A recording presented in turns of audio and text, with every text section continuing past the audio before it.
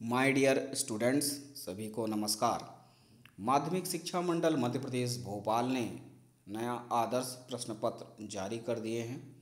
MP board Bhopal ने model question paper जारी कर दिए हैं, तो आप इसको डाउनलोड कर सकते हैं। डाउनलोड करने के लिए आप एमपी बोर्ड की वेबसाइट पर विज़िट करके वहां से मॉडल क्वेश्चन पेपर को डाउनलोड कर सकते हैं। आज हम बात करेंगे कक्षा 10 विषय हिंदी के आदर्श प्रश्न पत्र यानी class 10th subject Hindi model question paper की।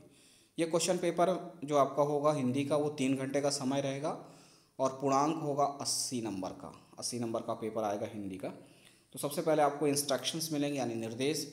सभी प्रश्न हल करना अनिवार्य है। प्रश्न क्रमांक 1 से 5 तक वस्तुनिष्ठ प्रश्न हैं, जिनके लिए 1 × 32 = 32 अंक निर्धारित हैं। 32 नंबर का टोटल आपको वस्तुनिष्ठ आएगा। प्रश्न नंबर 6 से 15 तक प्रत्येक प्रश्न के लिए 2 अंक निर्धारित हैं तथा शब्द सीमा लगभग 30 शब्द है।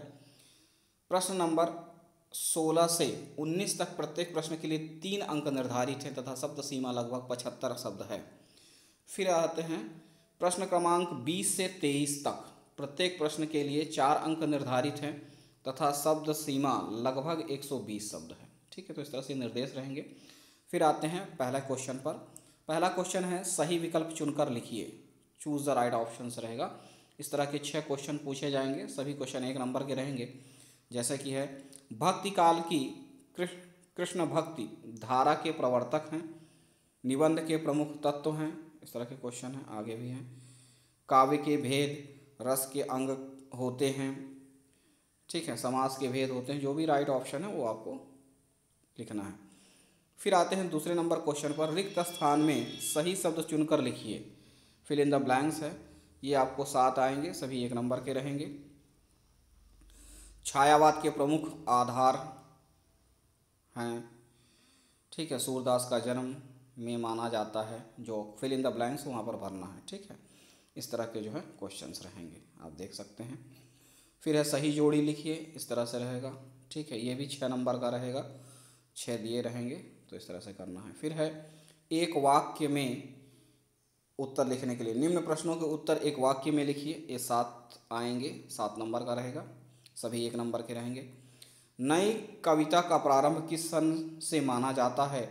हिंदी का प्रथम उपन्यास किसे माना गया है? ठीक है, और मात्रिक छंद की परिभाषा लिखिए। ठीक है ना, और अनेकार्थी शब्द की परिभाषा लिखिए। इस तरह के क्वेश्चंस हैं, आप देख सकते हैं। सत्य सत्य लिखिए, 5वां रहेगा। ये भी आपको आएगा, 6 रहेंगे और 1 नंबर का 1 रहेगा। फिर आते हैं क्वेश्चन नंबर 6 में।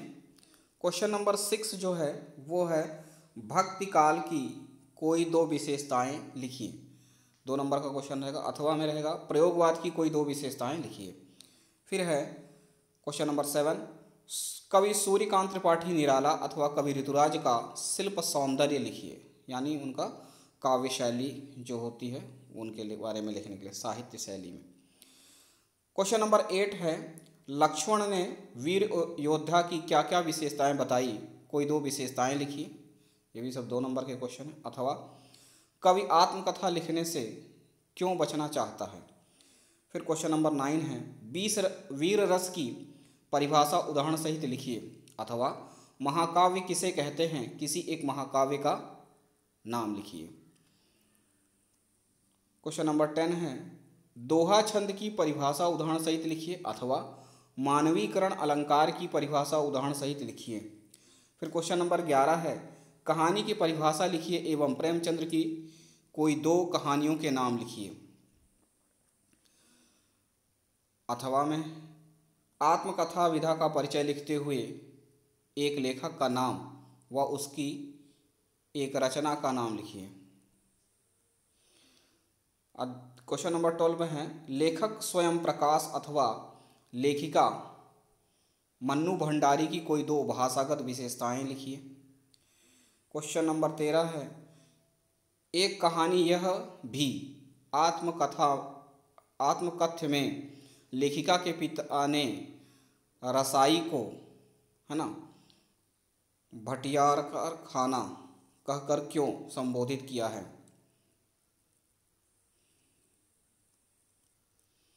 वास्तविक अर्थों में संस्कृत व्यक्ति किसे कहा जा सकता है? फिर क्वेश्चन नंबर 14 है, निपात शब्द की परिभाषा उदाहरण सहित लिखिए, अथवा समास के प्रकारों के नाम लिखिए। फिर क्वेश्चन नंबर 15 है, लेखक ने अपने आप को हिरोशिमा के विस्फोट का भोक्ता कब और किस तरह महसूस किया? 2 नंबर के क्वेश्चन ही है। अथवा में है, जॉर्ज पंचम की लाट की नाक को पुनः लगाने के लिए मूर्तिकार ने क्या क्या यत्न किए? फिर आते हैं क्वेश्चन नंबर 16 में, महाकाव्य एवं खंड काव्य में कोई 3 अंतर लिखिए, अथवा स्थायी भाव तथा संचारी भाव में कोई 3 अंतर लिखिए। फिर क्वेश्चन नंबर 17 है, मुहावरे एवं लोकोक्ति में कोई 3 अंतर लिखिए, अथवा विज्ञापन लेखन एवं सूचना लेखन में कोई 3 अंतर स्पष्ट कीजिए। फिर आते हैं क्वेश्चन नंबर 18 है, अपठित गद्यांश अथवा अपठित काव्यांश को पढ़कर नीचे लिखे प्रश्नों के उत्तर लिखिए। ये 3 नंबर के रहेंगे, इस तरह से दिया रहेगा। अपठित गद्यांश, ठीक है, जिस मनुष्य के हृदय में ईर्ष्या घर बना लेती है, इस तरह से। तो उसमें जो क्वेश्चंस आएंगे, उपयुक्त गद्यांश का सटीक शीर्षक चुनिए। ध्यान रखिएगा, जो भी दिया रहेगा उसमें शीर्षक आएगा। फिर क्वेश्चंस रहते हैं, ईर्ष्यालु व्यक्ति दुखी क्यों रहता है? दाह और लाचार शब्द के अर्थ लिखिए। ठीक है, इस तरह से ये हो गया गद्यांश। इस तरह से पद्यांश भी आएगा, जननी तेरे सभी जात हम, जननी तेरी जय हो। और इसमें क्वेश्चंस आएंगे, व्यक्ति की स्वतंत्रता से क्या साध रहा है ना। फिर है, उपयुक्त पद्यांश का सारांश लिखिए, उपयुक्त पद्यांश का उचित शीर्षक लिखिए। ठीक है, तो गद्य और पद्य में ध्यान रखिएगा, शीर्षक और सारांश इस तरह से आएगा क्वेश्चंस। फिर क्वेश्चन नंबर 19 में आते हैं, लेखिका मन्नू भंडारी के साहसिक व्यक्तित्व पर एक अनुच्छेद लिखिए, यानी आपको पैराग्राफ लिखना है। 2 मित्रों के बीच मेरी प्रिय कहानी विषय पर संवाद लिखिए, किस प्रकार से बात होती है उस तरह का लिखना है। ये 3 नंबर के रहते हैं। क्वेश्चन नंबर 20 में आते हैं, निम्नलिखित पद्यांश का संदर्भ प्रसंग सहित भावार्थ लिखिए। ठीक है, ऊधो तुम हो अति बड़ भागी, इस तरह से रहेगा। ये पद्यांश है, इसके संदर्भ प्रसंग सहित इसका अर्थ लिखना है। फिर अथवा में है, बादल गरजो, है ना, इस तरह से है, तो इनको करना है।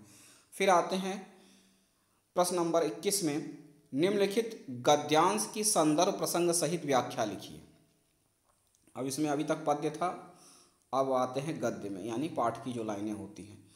मूर्ति संगमरमर की थी इसमें, अथवा है ना, फादर को जहरवाद से नहीं मारना चाहिए था, इस तरह का जो है। फिर आते हैं क्वेश्चन नंबर 22, मान लीजिए आपकी कक्षा 10वीं की अंक सूची की मूल प्रति गुम हो गई है। सचिव माध्यमिक शिक्षा मंडल मध्य प्रदेश भोपाल को आवेदन पत्र लिखकर अंक सूची की द्वितीय प्रति प्राप्त करने के लिए आवेदन पत्र लिखिए, 4 नंबर का रहेगा। अथवा अपनी शैक्षिक प्रगति से अवगत कराने हेतु पिताजी को पत्र लिखिए। ठीक है, ये एप्लीकेशन और लेटर से है। फिर आते हैं लास्ट 23वां क्वेश्चन है, निम्नलिखित विषयों में से किसी एक विषय पर रूपरेखा सहित निबंध लिखिए। निबंध आएगा, 4 नंबर का रहेगा, कोई भी एक लिखना है। ऑप्शंस हैं, मेरा देश भारत, पर्यावरण प्रदूषण समस्या व समाधान, जल ही जीवन है, कंप्यूटर का हमारे जीवन में महत्व, दहेज प्रथा समस्या और समाधान। बस इतना ही। इनकी प्रैक्टिस अच्छे से करें ताकि आने वाले बोर्ड के एग्ज़ाम में आप बेहतर कर पाएँ। तो मिलते हैं अगले वीडियो में, तब तक के लिए नमस्कार, धन्यवाद।